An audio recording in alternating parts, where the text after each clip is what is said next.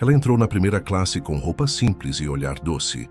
Alguns passageiros riram, achando que era uma invasora qualquer. Seguranças a expulsaram, diante de olhares de desprezo. Mas ninguém sabia. O marido humilde dela era o dono do avião. Se esta história te interessou, não se esqueça de se inscrever no nosso canal e diga-nos de que cidade você nos está vendo. Continuamos. Helena ajeitou discretamente o vestido azul marinho enquanto caminhava pelo corredor da primeira classe. As olhadas de soslaio dos outros passageiros não passavam despercebidas, mas ela mantinha a postura serena, quase imperceptível. Sua bolsa de couro gasta contrastava com as malas de grife que ocupavam os compartimentos superiores. Localizou seu assento junto à janela e acomodou-se tranquilamente, como se estivesse acostumada a estar ali, embora seu visual simples sugerisse o contrário. A aeromoça aproximou-se com um sorriso artificial estampado no rosto. "Senhora, posso verificar sua passagem, por favor?" O tom era educado, mas o olhar dizia tudo. Aquela mulher de sandálias confortáveis e sem maquiagem não pertencia àquele ambiente. Helena entregou o bilhete sem pressa, observando a surpresa mal disfarçada no rosto da funcionária ao confirmar que estava tudo em ordem. "Desculpe o incômodo", murmurou a aeromoça, devolvendo o bilhete com um embaraço visível. Do outro lado do corredor, um homem de terno impecável e relógio dourado no pulso levantou os olhos de seu tablet e franziu o senho. "É impressionante como qualquer um pode comprar uma promoção hoje em dia", comentou em volume perfeitamente audível para seu companheiro de viagem. A frase pairou no ar como uma nuvem tóxica. Helena simplesmente retirou um livro de capa amarelada da bolsa, um clássico de Jorge Amado, e começou a ler, ou pelo menos fingiu. Na verdade, seus ouvidos captavam cada comentário, cada olhar de julgamento. Não era a primeira vez, nem seria a última. Aqueles momentos eram como ensaios para ela, pequenos testes de paciência e estratégia. Durante o serviço de bordo, a aeromoça esqueceu-se de oferecer champanhe a Helena, servindo apenas os passageiros ao redor. Uma senhora idosa de joias reluzentes chegou a confundi-la com uma acompanhante de viagem, pedindo-lhe para ser um amor e guardar minha echarpe na bagagem de mão. Helena simplesmente sorriu e ajudou, sem corrigir o engano. Enquanto o avião cruzava o céu em direção a São Paulo, ela fazia anotações discretas em um pequeno caderno. Não eram desabafos ou expressões de indignação, como muitos imaginariam.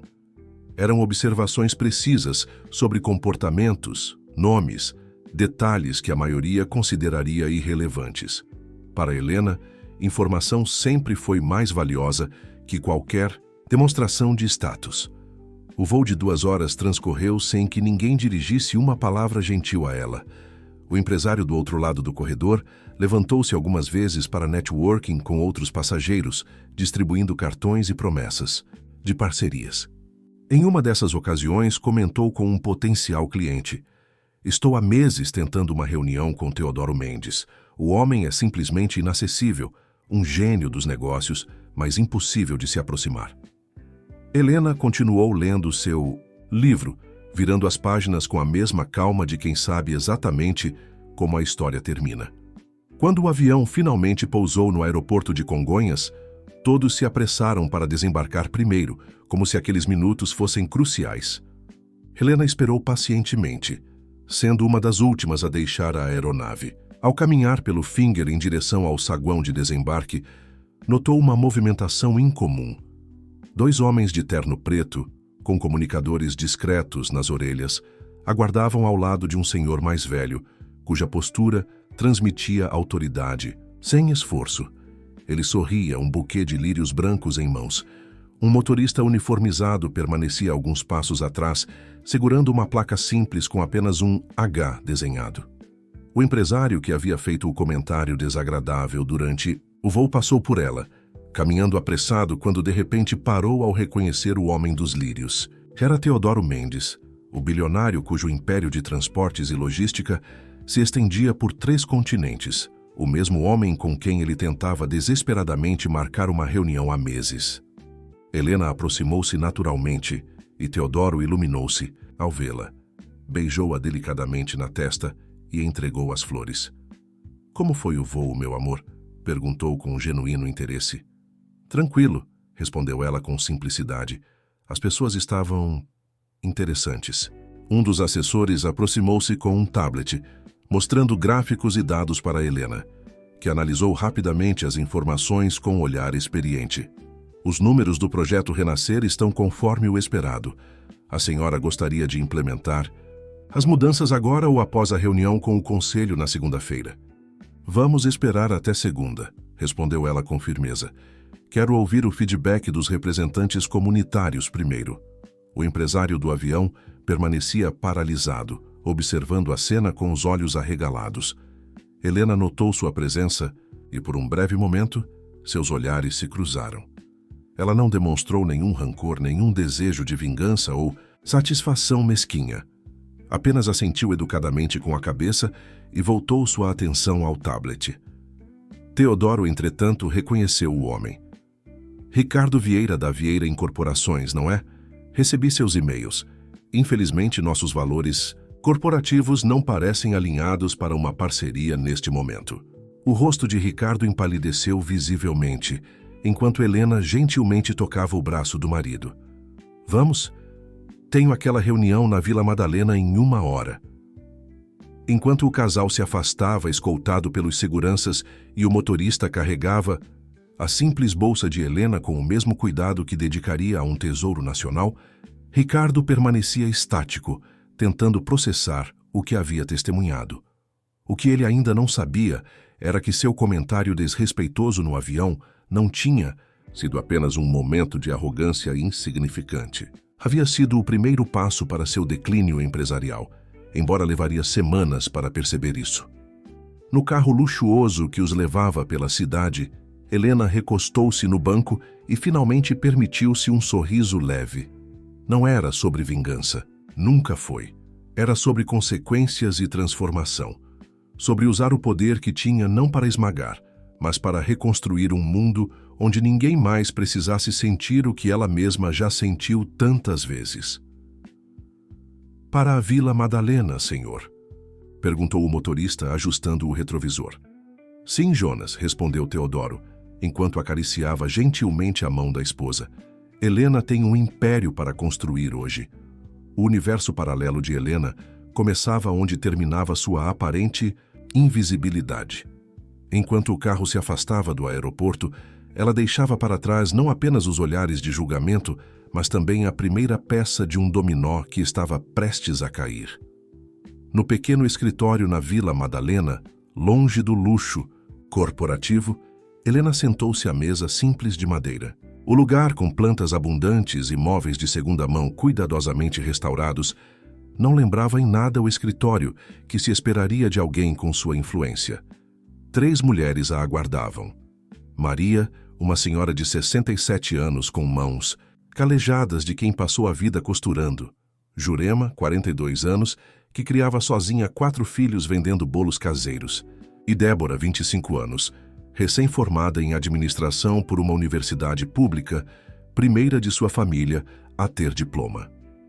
"Desculpem o atraso", disse Helena, acomodando-se sem cerimônias.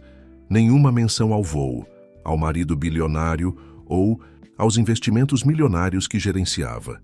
Ali ela era apenas Helena, a conselheira do projeto Raízes do Amanhã. "A senhora nunca se atrasa", sorriu Maria, servindo café em canecas desiguais. "Só chega exatamente quando precisa chegar." Débora abriu um notebook simples. "Conseguimos microcrédito para mais 15 mulheres do Capão Redondo. Todas com pequenos negócios que já funcionam, mas precisam de estrutura." Helena ouvia, atentamente, fazendo anotações em seu caderno gasto, o mesmo que usava no avião. Para muitos, seriam apenas números, mas para ela representavam vidas que podiam ser transformadas. Histórias que se entrelaçavam com a sua própria de maneiras que poucos compreenderiam. "E a dona Carminha da padaria?", perguntou Helena. "Triplicou a produção depois do forno novo. Agora emprega 2 vizinhas e está pensando em abrir um pequeno café nos fundos." Um sorriso genuíno iluminou o rosto de Helena. Aquilo era sucesso real. não os números nas bolsas de valores que seu marido e tantos outros acompanhavam obsessivamente. Era transformação concreta, palpável. "E quando vamos contar a elas sobre o verdadeiro investidor?" perguntou Jurema, em voz baixa. Helena balançou a cabeça suavemente. "Nunca. O anonimato não é vaidade, é estratégia. No momento em que souberem que o dinheiro vem da Fundação Mendes, tudo muda. A percepção delas sobre si mesmas, a relação com o trabalho, as expectativas. Queremos que acreditem que conquistaram isso por mérito próprio, porque é a verdade." A reunião continuou por mais 2 horas, discutindo não apenas os empréstimos, mas também cursos de capacitação, assistência jurídica e um programa piloto de mentoria. Helena estava particularmente interessada no projeto Segundo Olhar, uma iniciativa para reintegrar mulheres acima de 50 anos ao mercado de trabalho. A sociedade as torna invisíveis, como se depois de certa idade não tivessem mais valor. "Conheço bem essa sensação", comentou quase para si mesma. Enquanto isso, a quilômetros dali, na suntuosa sede da Celestial Linhas Aéreas, o executivo Ricardo Vieira entrava apressado para uma reunião de emergência. Ele não conseguia entender por que, subitamente, 3 grandes investidores haviam retirado apoio ao seu novo empreendimento imobiliário, um condomínio de luxo na zona oeste de São Paulo. "Deve haver algum engano, algum rumor infundado circulando", argumentava ele com seus sócios. "Nossa reputação é impecável." O que Ricardo não sabia era que, naquela mesma manhã, um e-mail confidencial havia circulado entre certos círculos financeiros. Sem acusações diretas, apenas fatos. Um relatório detalhado sobre práticas trabalhistas questionáveis em suas empresas, dados sobre desigualdade salarial entre homens e mulheres em sua corporação, e um histórico de pequenos processos por assédio moral que haviam sido silenciosamente arquivados ao longo dos anos. O e-mail não vinha da Fundação Mendes. Não tinha remetente identificável. Mas cada informação era meticulosamente documentada, impossível de refutar. Ao final da tarde, quando Helena finalmente retornou à mansão nos jardins onde vivia com Teodoro, encontrou o marido no escritório, analisando alguns documentos. Ele levantou os olhos e sorriu ao vê-la. "Como foi com as guerreiras da Vila Madalena?" "Promissor", respondeu ela, deixando a bolsa gasta sobre um sofá que custava mais que muitos carros. "E seu dia?" "Interessante", comentou Teodoro com um sorriso enigmático.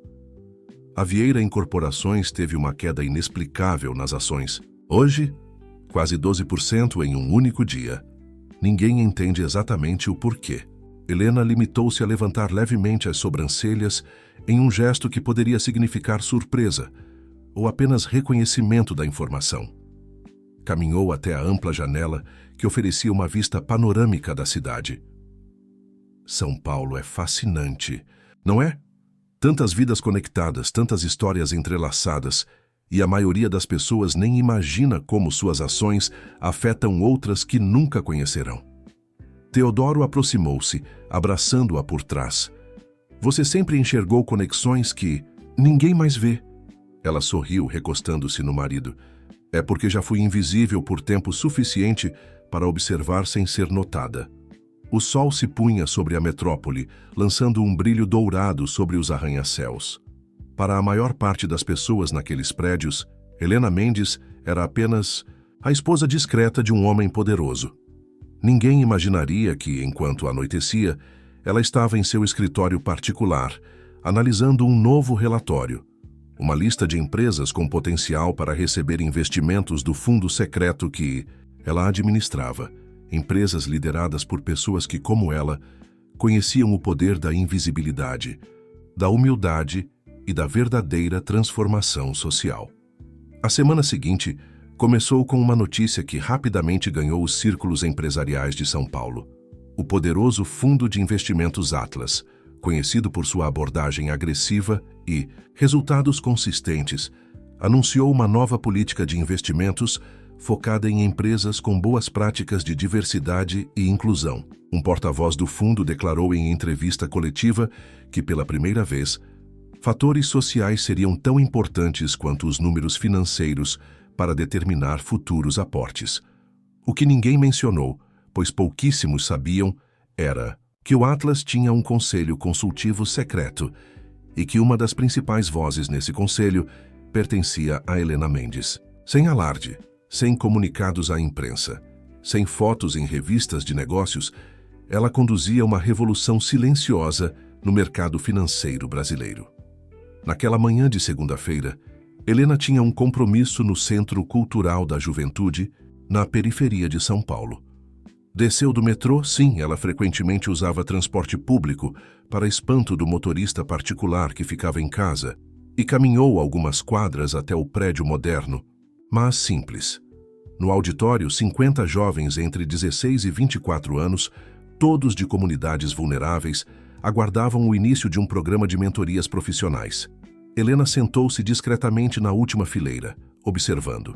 Não estava ali como palestrante ou autoridade, mas como observadora. Queria entender diretamente, sem filtros ou relatórios intermediários, as necessidades e sonhos daquela nova geração. Uma jovem de cabelos crespos presos em um coque alto subiu ao palco. Bem-vindos ao programa Futuros Possíveis.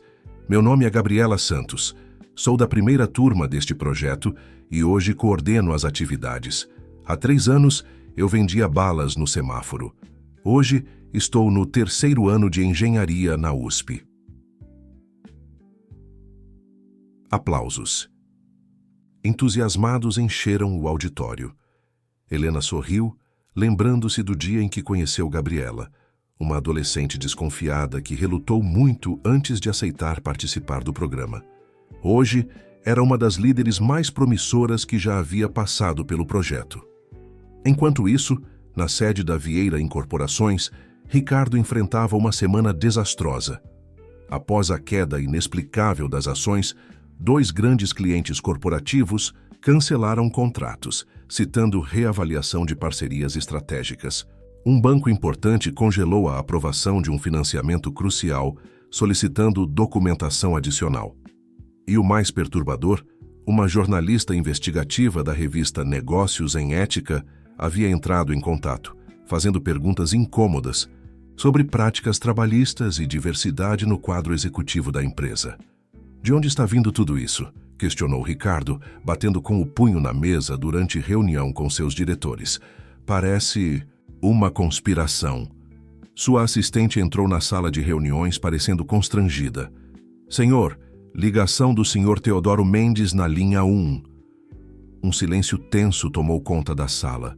Ricardo ajeitou a gravata, respirou fundo e atendeu no viva voz, fazendo sinal para que todos ficassem em silêncio.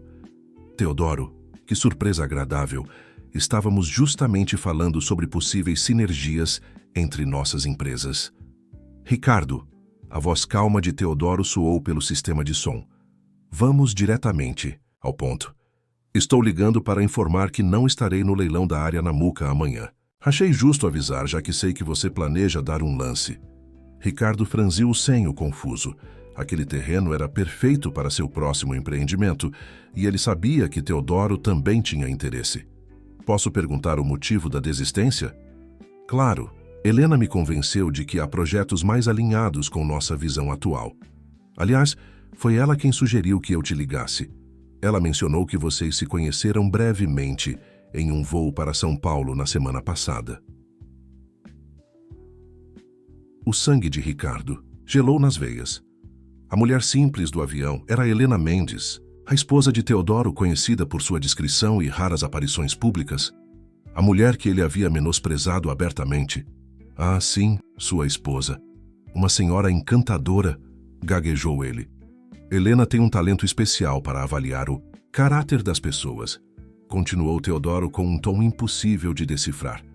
Poderia ser uma observação casual ou uma ameaça velada. Bem, era só isso. Boa sorte no leilão amanhã. A ligação foi encerrada, deixando Ricardo em um silêncio atordoado. Ele dispensou a reunião e ficou sozinho na sala, tentando processar a informação.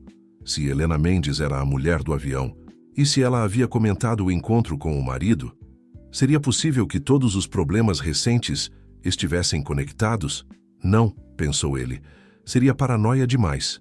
Ninguém, Nem mesmo os Mendes teriam tanto poder para orquestrar uma campanha tão minuciosa contra ele em tão pouco tempo. E por quê? Por um comentário infeliz em um avião?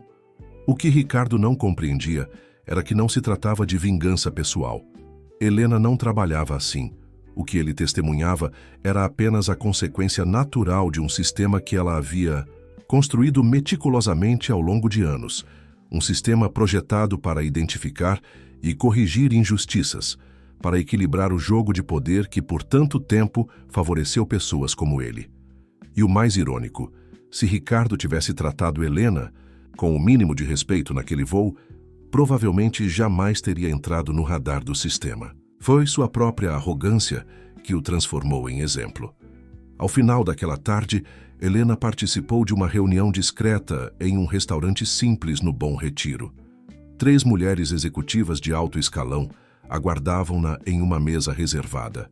Nos fundos, eram CEO, CFO e CEO de empresas diferentes, todas bem-sucedidas, todas enfrentando diariamente o sexismo corporativo de forma silenciosa. Os números finais estão aqui, disse uma delas, deslizando uma pasta pela mesa. 18 executivos identificados com padrões consistentes de comportamento discriminatório, todos em posições estratégicas. Helena abriu a pasta e examinou rapidamente o conteúdo. E o programa de mentoria reversa? Funcionando surpreendentemente bem. 10 dos 15 participantes da primeira fase demonstraram mudança genuína de atitude. Para esses, o programa de recuperação de reputação já está em andamento. Helena assentiu satisfeita. Sua abordagem nunca foi destruir carreiras indiscriminadamente. Para aqueles dispostos a aprender, a reconhecer privilégios e mudar comportamentos, sempre havia um caminho de volta. O verdadeiro objetivo nunca foi punição, era transformação. E os outros 5? Perguntou. Sem progresso significativo, continuam reincidentes, mesmo após o primeiro aviso. Helena fechou a pasta. Então seguimos para a fase 2. Azinto, 3 executivas trocaram olhares. A fase 2 era lendária entre o pequeno círculo que conhecia o trabalho nos bastidores. Significava um processo meticuloso e quase invisível de isolamento estratégico. Contratos gradualmente não renovados, convites para eventos importantes que misteriosamente deixavam de chegar, potenciais clientes que de repente reavaliavam, prioridades. Nada ilegal, nada que pudesse ser rastreado diretamente até a Helena ou sua rede, apenas consequências naturais para escolhas persistentes. Tenho que admitir, comentou uma das executivas, quando você começou este projeto 5 anos atrás, eu duvidei que pudesse funcionar. Parecia ambicioso demais, abstrato demais. Helena sorriu. O poder real raramente é espalhafatoso. Os verdadeiros jogadores entendem que discrição é a alma do negócio. Enquanto pagavam a conta e se preparavam para sair, uma notificação chegou ao celular de Helena. Um artigo publicado, naquela tarde na edição online da revista Negócios em Ética, questiona: existe uma mão invisível redirecionando o mercado financeiro brasileiro. A jornalista Camila Veloso, conhecida por reportagens investigativas, apresentava evidências de um padrão curioso. Empresas com práticas inclusivas genuínas prosperando inexplicavelmente, enquanto corporações com histórico de discriminação enfrentavam obstáculos misteriosos. O artigo não citava nomes, não fazia acusações diretas, mas para quem sabia ler nas entrelinhas, a mensagem era clara. Parece que alguém começou a conectar os pontos, comentou uma das executivas preocupada. Helena guardou o celular tranquilamente. Era inevitável e talvez necessário. Não teme exposição? Não se pode expor o que não se consegue definir claramente, respondeu Helena. Além disso, a visibilidade do movimento, não de mim pessoalmente, sempre foi parte do plano final. Para que o sistema se torne autossustentável, em algum momento a ideia precisa ser maior que qualquer indivíduo.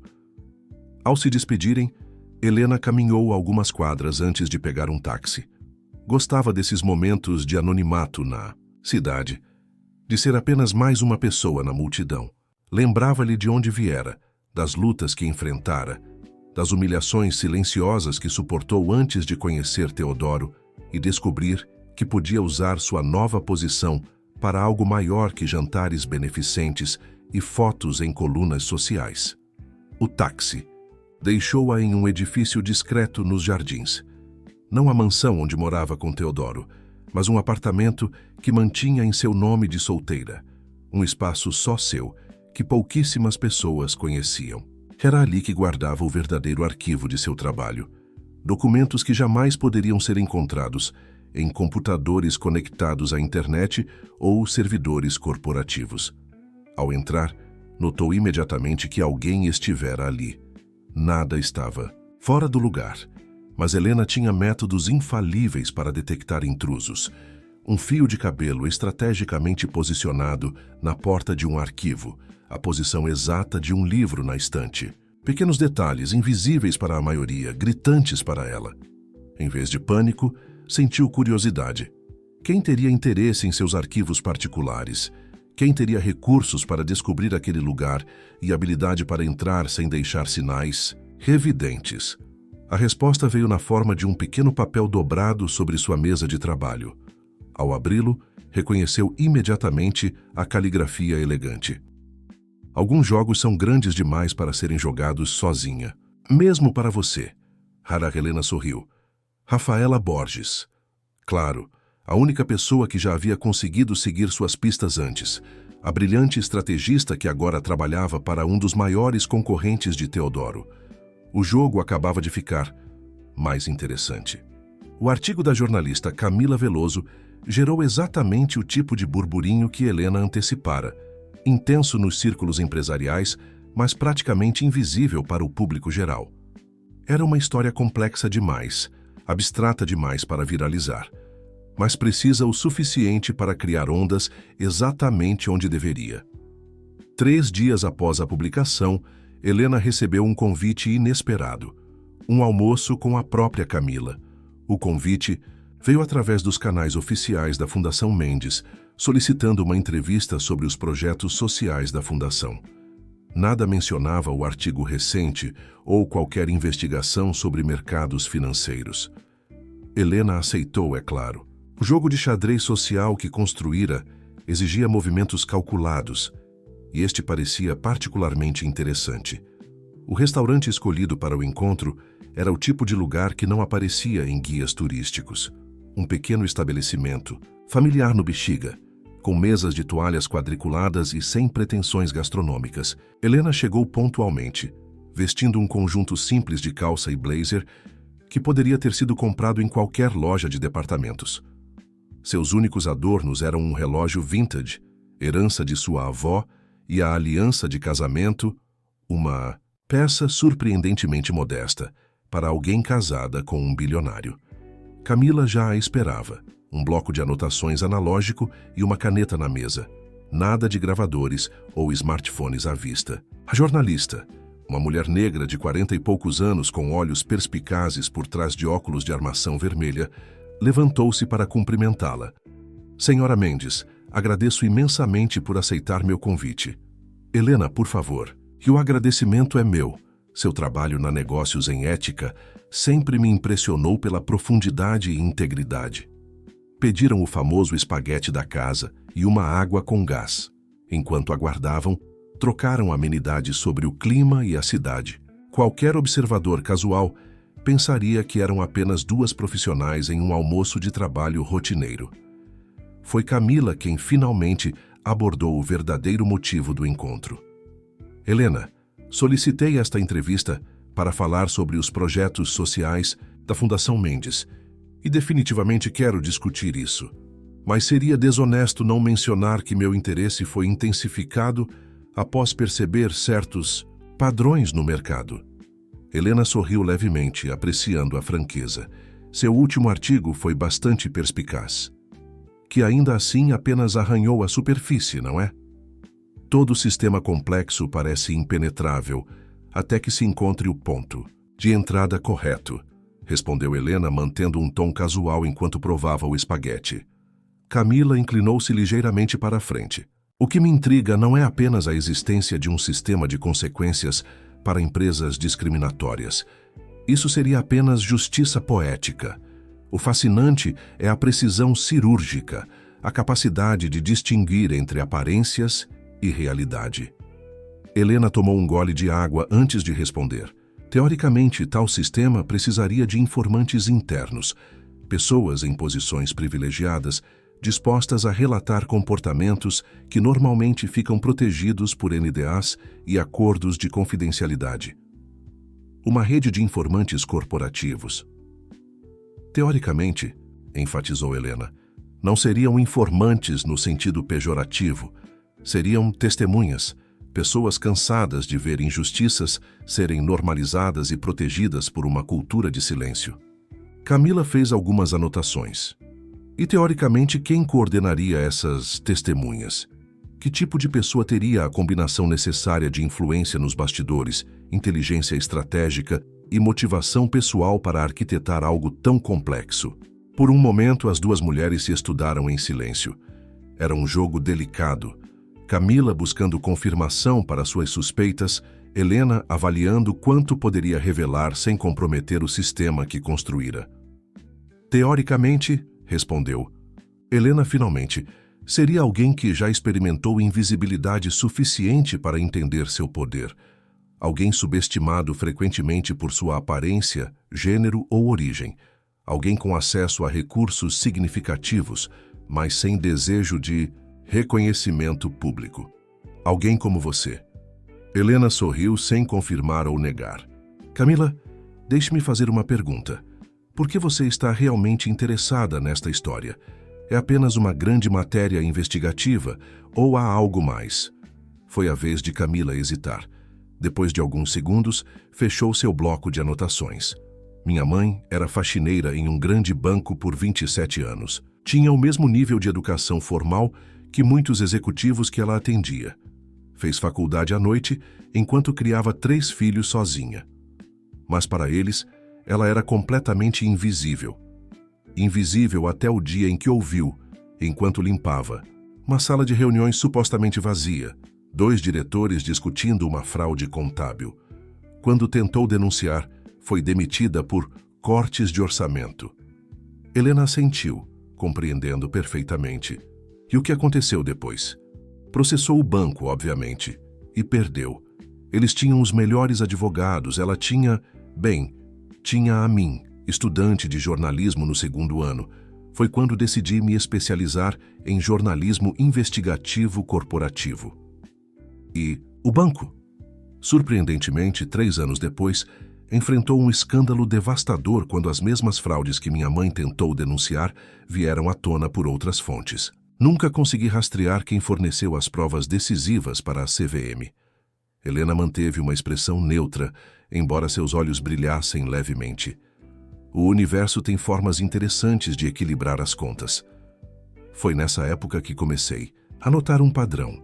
Casos semelhantes em diferentes empresas, sempre precisos, sempre aparentemente desconectados, mas com um fio condutor invisível para quem soubesse procurar.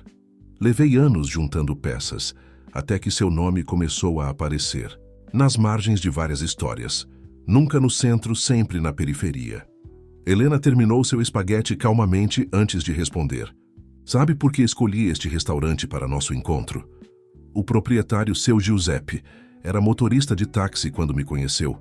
Eu tinha acabado de chegar a São Paulo, 22 anos, bolsa integral para estudar economia numa universidade particular, mas sem dinheiro para moradia decente. Ele me deixou dormir no quartinho dos fundos do antigo ponto de táxi durante 6 meses. Cobrou apenas o que eu podia pagar. Camila acompanhava atentamente, tentando conectar esta história aparentemente desconexta com sua investigação. 3 anos depois, quando conheci Teodoro e minha vida mudou completamente, uma das primeiras coisas que fiz foi ajudar Giuseppe a abrir este restaurante. Ele nunca permitiu que eu mencionasse isso a ninguém. Não queria que os clientes viessem por minha influência, mas pela comida que sua família preparava com tanto amor. Helena fez uma pausa. Respeito profundamente esse desejo de ser reconhecido por seu próprio mérito, não por suas conexões. Esse é o ponto central do seu sistema, não é? Criar oportunidades verdadeiras, não caridade performática. Helena olhou diretamente nos olhos da jornalista. Camila, vou lhe dizer o que posso confirmar oficialmente. A Fundação Mendes investe em projetos sociais focados em capacitação e geração de renda sustentável, especialmente para mulheres em situação vulnerável. Qualquer outra coisa é especulação que não posso comentar. Camila sorriu. Entendo perfeitamente. No entanto, continuou Helena, posso lhe oferecer algo mais interessante que confirmações sobre teorias. Posso lhe dar acesso a histórias reais, pessoas cujas vidas foram transformadas não apenas pela fundação, mas por um ecossistema maior de oportunidades verdadeiras. Pessoas que antes eram invisíveis nos relatórios corporativos de diversidade, mas que agora lideram seus próprios negócios ou ocupam posições de genuína influência. Os olhos de Camila brilharam com interesse genuíno. Isso seria extraordinário. Com uma condição. Helena levantou o dedo indicador. O foco deve ser nelas, não em mim ou no suposto sistema que você está investigando. Porque não se trata de você. Exatamente. Nunca se tratou. Ao final do almoço, as duas mulheres se despediram com um aperto de mãos que carregavam um entendimento mútuo não verbalizado.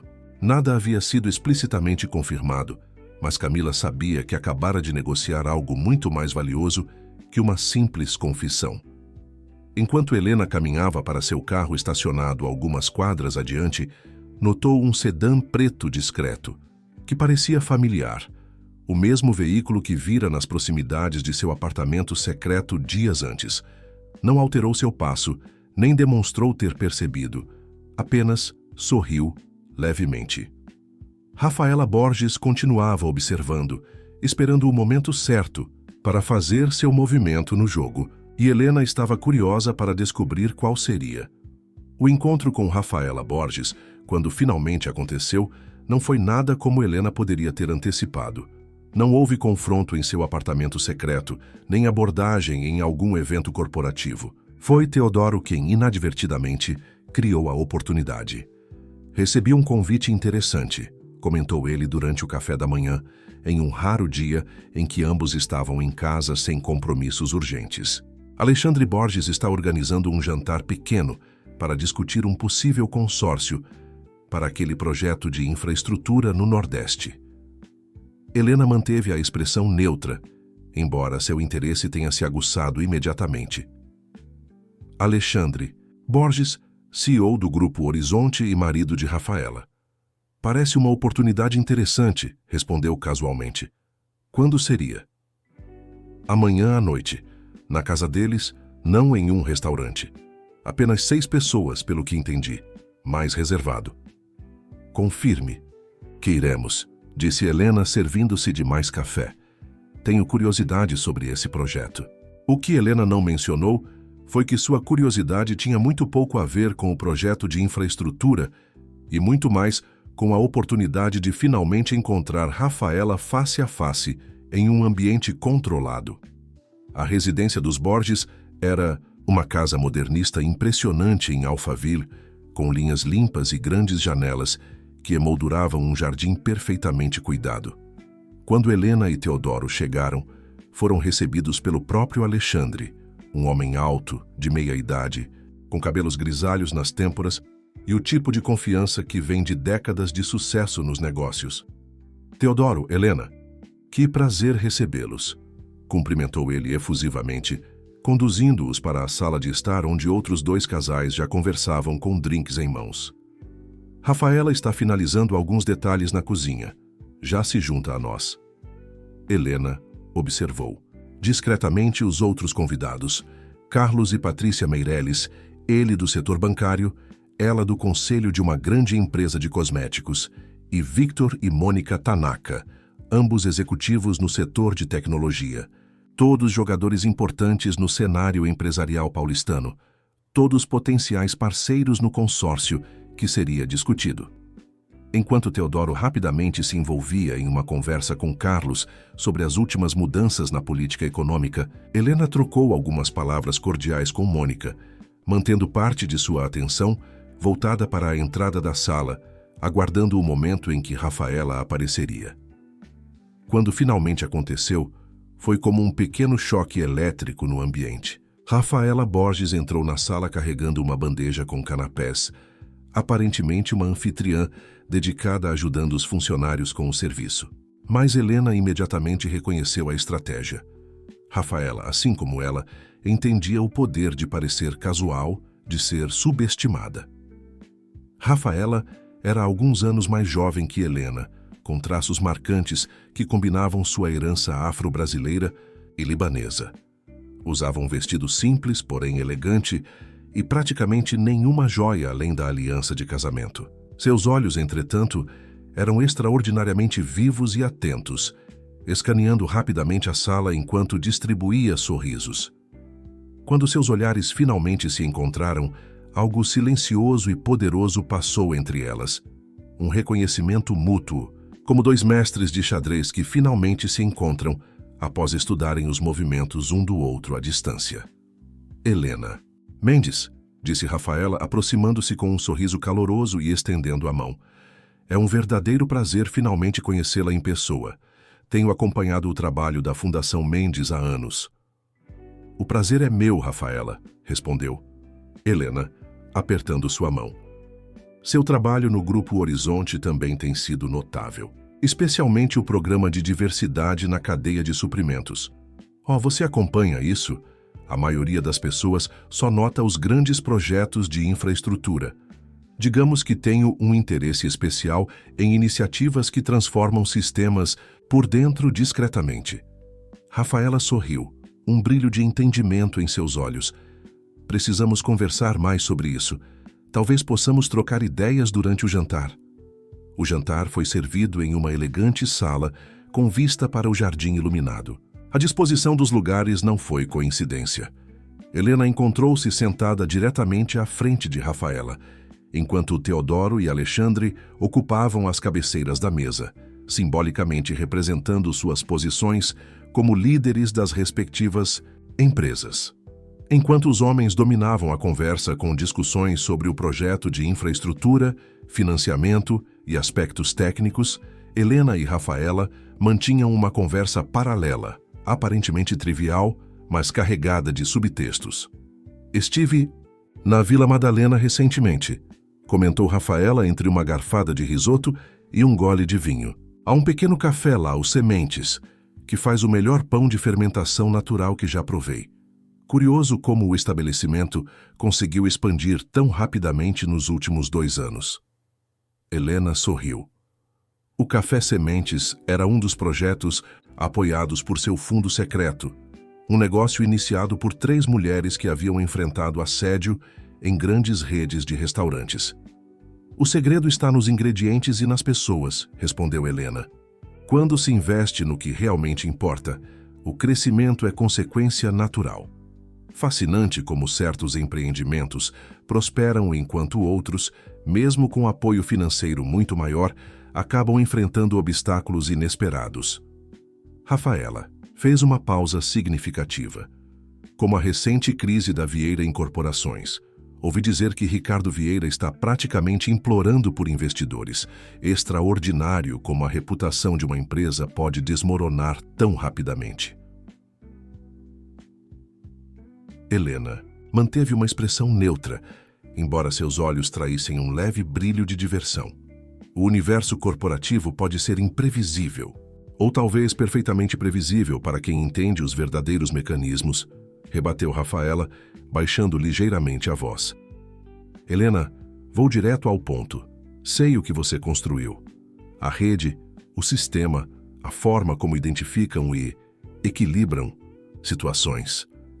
Helena tomou um gole de vinho sem confirmar nem negar. E o que você pretende fazer com esse conhecimento teórico?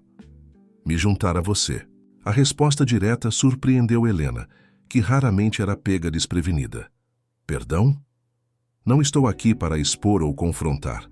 Estou aqui para propor uma aliança, continuou Rafaela em voz baixa, enquanto os outros continuavam absortos em suas próprias conversas. O que você construiu é extraordinário, mas limitado geograficamente e setorialmente. Imagina o impacto que poderíamos ter com uma operação verdadeiramente nacional? Internacional, eventualmente? Helena estudou Rafaela cuidadosamente. Por que eu confiaria em você? Porque enfrentamos os mesmos obstáculos. Porque entendemos que poder real não está em títulos ou manchetes. E porque... Rafaela hesitou por um momento, antes de continuar com determinação. Porque tenho recursos complementares aos seus, acesso a setores onde sua influência é limitada, uma rede própria de testemunhas, como você as chama. E seu marido? Rafaela sorriu olhando brevemente para Alexandre, que gesticulava animadamente, explicando algum aspecto técnico do projeto. Alexandre é um homem brilhante em seu campo. Mas como seu Teodoro, ele entende que há certas esferas que funcionam melhor quando ele não faz muitas perguntas. Naquele momento, a conversa foi interrompida quando Alexandre propôs um brinde ao potencial consórcio. Todos ergueram suas taças, sorrisos cordiais nos rostos, palavras otimistas sobre colaboração e futuro compartilhado. Apenas Helena e Rafaela sabiam que estavam brindando a uma parceria muito mais profunda e transformadora que um simples projeto de infraestrutura. Após o jantar, enquanto os homens se retiraram para o escritório de Alexandre para discutir alguns detalhes contratuais, Rafaela convidou Helena para um tour pelo jardim.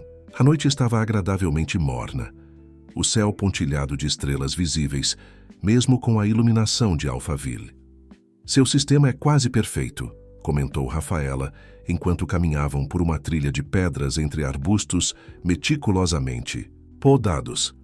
A forma como você identifica alvos, como gradualmente remove suportes invisíveis, mas cruciais, como oferece caminhos de redenção para os que demonstram genuína disposição para mudar, é elegante. Detecto um mas nessa avaliação, observou Helena. Não um mas, um e se. E se pudéssemos expandir esse trabalho? E se, além de punir comportamentos tóxicos, pudéssemos construir ativamente novos modelos de liderança? Identificar e cultivar talentos diversos que normalmente seriam ignorados pelo sistema tradicional. Helena parou diante de uma pequena fonte de água. Isso já fazemos através da fundação. Sim, mas ainda operando dentro das limitações do sistema existente. Estou falando de algo mais ambicioso. Construir estruturas paralelas que, eventualmente, possam substituir as atuais. Parece que você já tem algo específico em mente. Rafaela sorriu. Na verdade, sim. Há 3 anos venho desenvolvendo um projeto piloto em Salvador. Um ecossistema empresarial completo, construído do zero, operando com princípios radicalmente diferentes dos convencionais, sem hierarquias rígidas, com transparência total de salários, com mecanismos de tomada de decisão distribuídos. Os resultados têm sido extraordinários. E economicamente viáveis, questionou Helena, sempre pragmática, surpreendentemente rentáveis, não apenas sustentáveis, mas com margens superiores às de estruturas tradicionais comparáveis. Eficiência não precisa vir do medo ou da exploração. Helena considerou por um momento. A proposta era fascinante e alinhada com suas próprias visões de longo prazo, mas havia riscos evidentes em expandir seu círculo de confiança, em compartilhar o controle de algo que construíra tão meticulosamente. Por que agora, Rafaela? Por que não me abordar antes ou esperar mais? Rafaela olhou para o céu por um momento antes de responder. Porque o artigo da Camila Veloso mudou o jogo. Você sabe disso. Sua operação não permanecerá nas sombras por muito mais tempo. Quando mais pessoas começarem a perceber o padrão, surgirão resistências, contramedidas. Precisamos nos antecipar, expandir e diversificar antes que isso aconteça. E como sei que não é você quem pretende expor tudo? Porque eu poderia ter feito isso há pelo menos 1 ano, quando conectei os pontos definitivamente. Rafaela encarou Helena diretamente. Além disso, tenho tanto a perder quanto você. Se esse sistema for exposto publicamente, meus próprios métodos não sobreviveriam a um escrutínio detalhado. As duas mulheres ficaram em silêncio por alguns instantes, o som suave da água na fonte preenchendo o espaço entre elas. Finalmente, Helena assentiu quase imperceptivelmente. Traga sua proposta detalhada. Dados, projeções, estrutura de governança. Vamos analisar e discutir mais concretamente. Segunda-feira? Não, Helena balançou a cabeça. Meu apartamento na Paulista, aquele que você já visitou sem convite. Quarta-feira, 15 horas.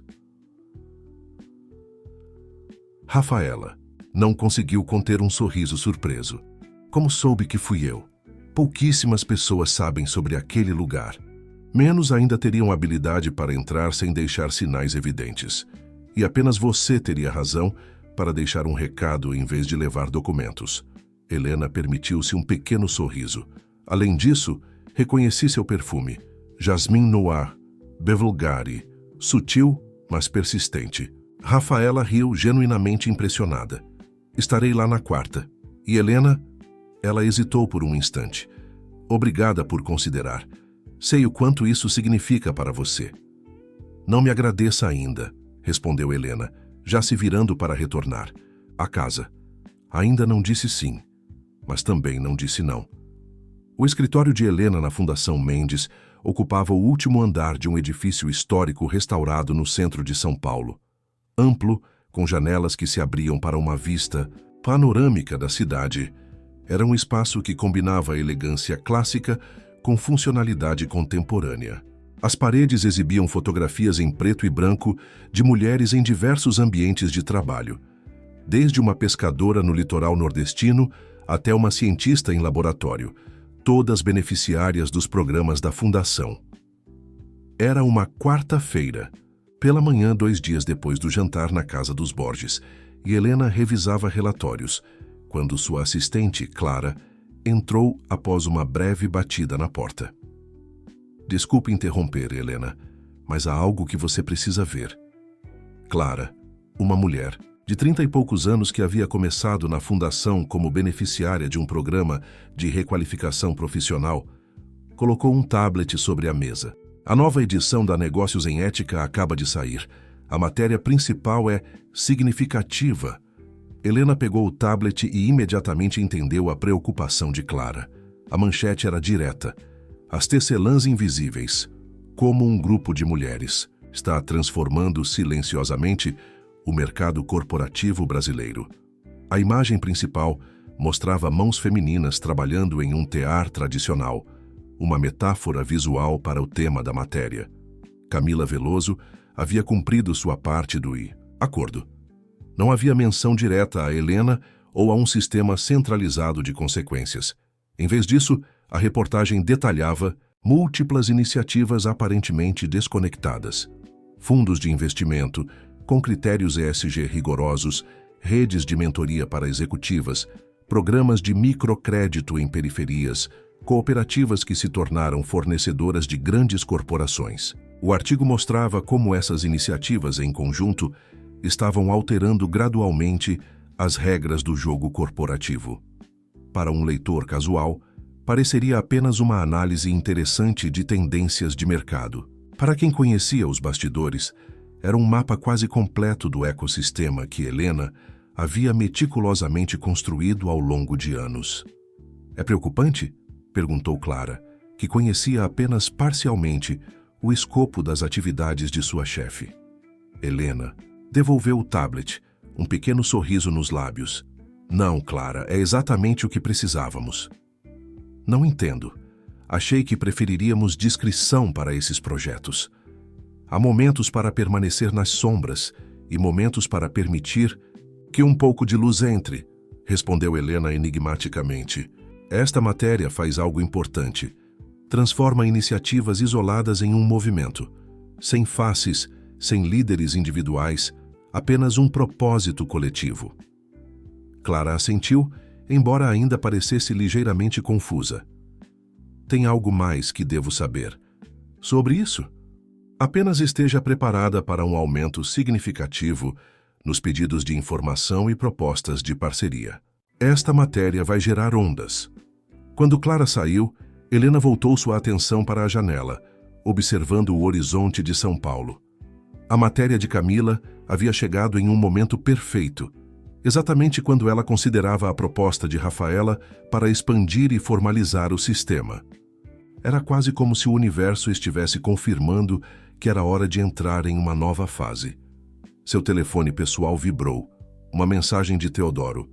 Acabei de ler o artigo da Veloso. Parece que alguém finalmente percebeu o que você vem fazendo. Jantar fora para comemorar. Aquele japonês que você gosta. Helena sorriu. Teodoro sempre soube mais do que demonstrava. Nunca perguntava detalhes, nunca interferia, mas observava e apoiava à sua maneira. Era uma das razões pelas quais seu casamento funcionava tão bem. Respeito mútuo por seus respectivos territórios de atuação. Respondeu com um simples, perfeito. Te encontro às 19 horas. Em seguida abriu sua agenda. Tinha exatamente 4 horas antes de seu encontro com Rafaela no apartamento secreto. Tempo suficiente para preparar uma contraproposta, uma visão ampliada do que poderiam construir juntas. Porque Helena já havia tomado sua decisão. O sistema que criara precisava evoluir, expandir, transformar-se em algo maior que ela mesma. E Rafaela, com sua visão complementar e recursos diferentes, parecia ser a parceira ideal para essa próxima fase.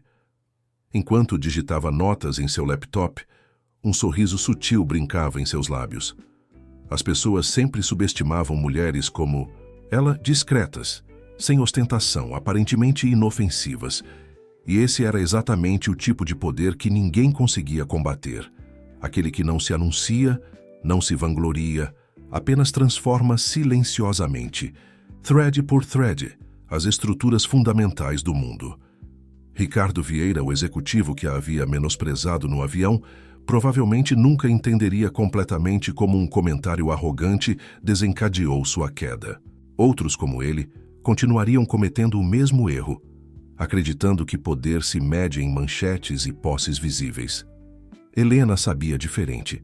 Verdadeiro poder estava na capacidade de passar despercebida, mesmo quando todos estão olhando, em influenciar sem ordenar, em transformar sistemas inteiros sem jamais levantar a voz. E agora, com aliadas como Rafaela e Camila, esse poder silencioso estava prestes a se multiplicar. O apartamento na Paulista, mantido no nome de solteira de Helena, era propositalmente discreto. Nada luxuoso ou ostensivo que pudesse chamar atenção, mas confortável e funcional. Mobiliário minimalista, tons neutros, nenhuma obra de arte valiosa ou objeto que pudesse ser facilmente rastreado até ela. Era um espaço projetado para permanecer invisível, assim como grande parte de seu trabalho mais significativo. Às 14h55, Helena já estava posicionada na pequena sala de estar. Documentos organizados sobre a mesa de centro, 2 xícaras de porcelana simples preparadas para o café. Pontualmente às 15 horas, a campainha tocou. Rafaela estava sozinha, carregando uma discreta pasta de couro e vestindo um conjunto de calça e blazer que poderia pertencer a qualquer executiva de nível médio. Nada que chamasse atenção na multidão de profissionais que circulava diariamente pela Avenida Paulista. Você leu o artigo, observou Rafaela, não como pergunta, mas como constatação, enquanto se acomodava no sofá após trocar cumprimentos. Impressionante como Camila conseguiu mapear praticamente tudo sem nunca mencionar nomes específicos, respondeu Helena, servindo café para ambas. Estratégico também. E você acha que foi coincidência o timing? 3 dias depois de nossa conversa, Helena sorriu levemente. Acredito pouco em coincidências desse tipo. Você a procurou. Rafaela não negou. Não para expor, mas para acelerar. O artigo cria um contexto, uma narrativa pública que pode proteger o que estamos prestes a expandir.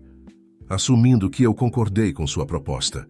Assumindo, confirmou Rafaela com um leve sorriso confiante, abrindo sua pasta e retirando alguns documentos. Trouxe os detalhes do projeto de Salvador como solicitado.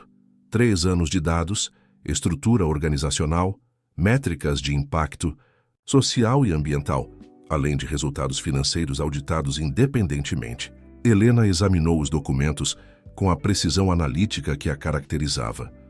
O projeto era ainda mais impressionante do que Rafaela havia sugerido durante sua conversa no jardim.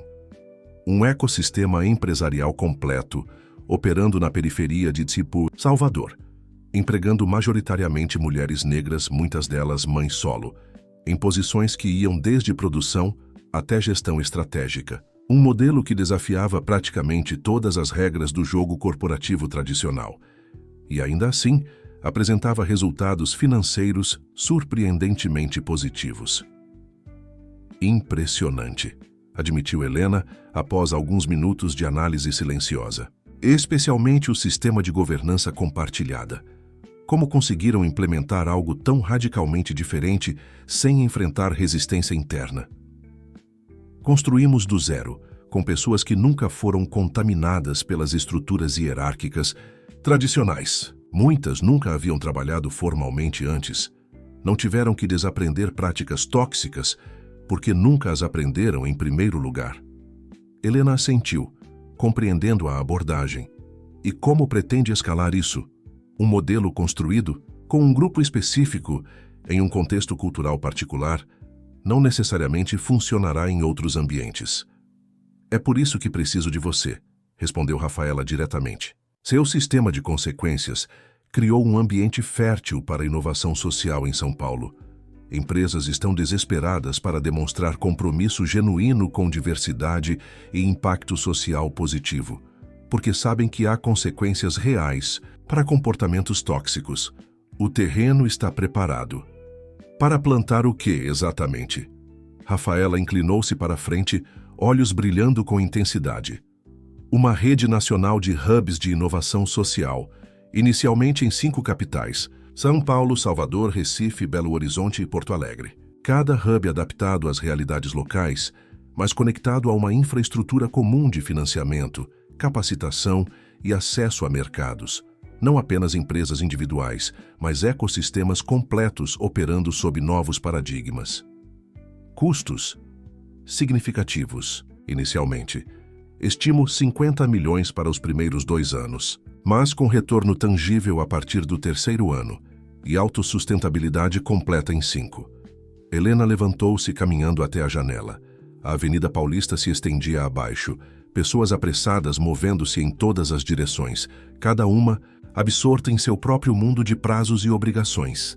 Sabe o que mais me impressiona no seu projeto de Salvador, Rafaela? Não são os números, embora sejam notáveis. É como você conseguiu criar algo tão transformador sem chamar atenção, sem virar case de Harvard Business Review ou tema de TED Talk. Aprendi com a melhor, respondeu Rafaela com um sorriso. Seu método de trabalhar nas sombras, de deixar que os resultados falem por si, foi inspiração direta. Helena voltou-se para encarar Rafaela. E isso continuaria sendo um princípio central na expansão? Nada de publicidade, nada de reconhecimento pessoal, nada de construção de marca pessoal, como costumam dizer? Absolutamente. O anonimato não é apenas uma preferência, é estratégico. No momento em que isso se torna o projeto de Helena, e Rafaela perde seu poder transformador e se torna apenas mais uma iniciativa personalista. Helena retornou ao sofá e retirou uma pasta de dentro de uma gaveta lateral na mesa de centro. Minha contraproposta. Revisada após ler o artigo de Camila esta manhã. Rafaela aceitou a pasta, abrindo-a com evidente curiosidade. Seus olhos percorreram rapidamente os documentos, alargando-se ligeiramente à medida que absorvia o conteúdo. Isso é muito mais ambicioso do que eu esperava, disse finalmente, olhando para Helena com novo respeito. 5 cidades é um bom começo. Mas se vamos desafiar verdadeiramente as estruturas de poder, precisamos pensar além das capitais. Inclui mais 10 cidades médias, onde a fundação já tem presença estabelecida. E também uma estrutura internacional. Inicialmente apenas observadores em Lisboa, Luanda e Maputo, mas com planos de expansão ativa em 2 anos. Os custos seriam significativamente maiores, sim, mas não impossíveis. A Fundação Mendes pode cobrir 40%. Para o restante, Elaborei uma estratégia de financiamento utilizando um consórcio de fundos de impacto internacionais que já demonstraram alinhamento com nossa visão. Nenhum investidor individual teria controle ou visibilidade completa sobre o projeto.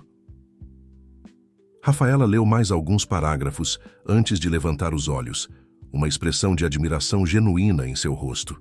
Você já tinha isso planejado antes de nossa conversa no jardim. Não era uma pergunta, mas Helena respondeu mesmo assim. Digamos que sua abordagem acelerou algo que já estava em gestação. O artigo de Camila confirmou que é o momento certo para avançar. E Teodoro? Ele sabe disso? Helena sorriu levemente. Teodoro sabe que estou sempre 3 passos à frente e prefere não perguntar quais são esses passos. Nosso acordo tácito funciona perfeitamente assim. Assim como Alexandre, comentou Rafaela, uma compreensão mútua passando entre elas. Por alguns momentos, as 2 mulheres se estudaram em silêncio, cada uma avaliando a outra, medindo o compromisso, a visão compartilhada, os riscos. Finalmente, Rafaela estendeu a mão. Parceria? Helena aceitou o aperto de mão firme e decidido. Parceria. Naquele momento, silenciosamente, em um apartamento anônimo no coração financeiro de São Paulo, algo significativo se consolidou. Não uma amizade no sentido convencional. Ambas eram pragmáticas demais para isso. Nem uma simples aliança comercial. Era o nascimento de uma força transformadora que operaria nas sombras, remodelando estruturas de poder sem jamais buscar crédito ou reconhecimento. Precisamos de um nome para isso, comentou Rafaela. Algo que possamos usar internamente para nos referirmos ao projeto maior. Helena pensou por um momento, olhando novamente para a avenida abaixo. Teia, respondeu finalmente. Porque é isso que estamos construindo. Uma teia invisível, resistente, conectando pessoas e ideias que isoladamente pareceriam insignificantes, mas que juntas têm força para segurar estruturas muito maiores que elas próprias. Teia, repetiu Rafaela, testando a palavra. Perfeito. Enquanto guardavam os documentos e finalizavam os detalhes práticos da nova parceria, nenhuma das 2 percebeu um pequeno drone que pairava brevemente próximo à janela do apartamento antes de afastar-se rapidamente. O dispositivo, quase imperceptível contra o céu nublado da tarde paulistana, tinha apenas uma função: capturar imagens da reunião. Em um escritório a algumas quadras dali, Ricardo Vieira observava as imagens em seu computador, um sorriso de satisfação em seu rosto.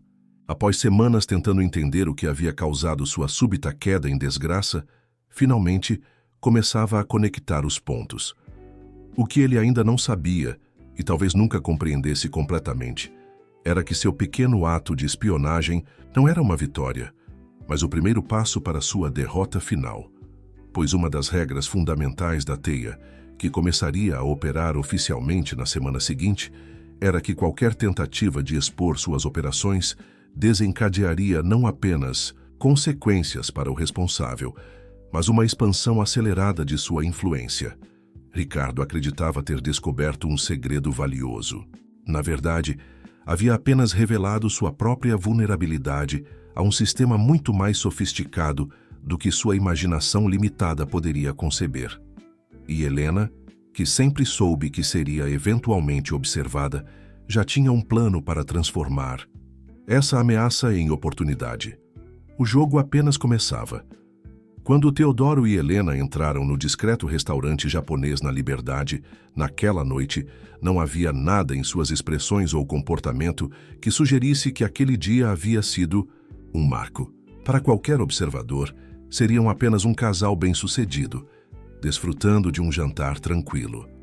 O chefe os recebeu pessoalmente, não pela fama ou riqueza, mas porque Helena, anos antes, havia ajudado a esposa dele a conseguir documentação quando enfrentava problemas com sua situação migratória. Outro pequeno ato de gentileza que gerou uma conexão duradoura, um fio invisível em uma teia cada vez mais ampla e resistente. Ao futuro, brindou Teodoro, elevando sua taça de saquê. Helena sorriu tocando sua taça na dele. ao poder das coisas invisíveis. Ele não perguntou o que isso significava. Não precisava. Após tantos anos juntos, havia aprendido a confiar na visão extraordinária de sua esposa. Uma mulher que enxergava padrões e possibilidades onde outros viam apenas o óbvio. Enquanto saboreavam o omakase preparado especialmente para eles, Helena permitiu-se um momento raro de reflexão pessoal. De todas as vidas que poderia ter vivido, esta, construindo poder nas sombras, transformando sistemas de dentro para fora, era a que mais fazia sentido para ela. Não por ambição ou vingança, mas porque entendia mais do que a maioria que verdadeira mudança raramente vem de confrontos diretos ou gestos grandiosos. Vem de pequenas escolhas consistentes, de conexões estratégicas, de ouvir vozes ignoradas e valorizar perspectivas subestimadas. Vem de usar privilégio, não para benefício próprio, mas como ferramenta para reequilibrar sistemas desiguais. E principalmente vem de nunca jamais subestimar alguém, apenas porque ela entra na primeira classe carregando uma bolsa velha, usando roupas simples, ou porque prefere observar em vez de se anunciar.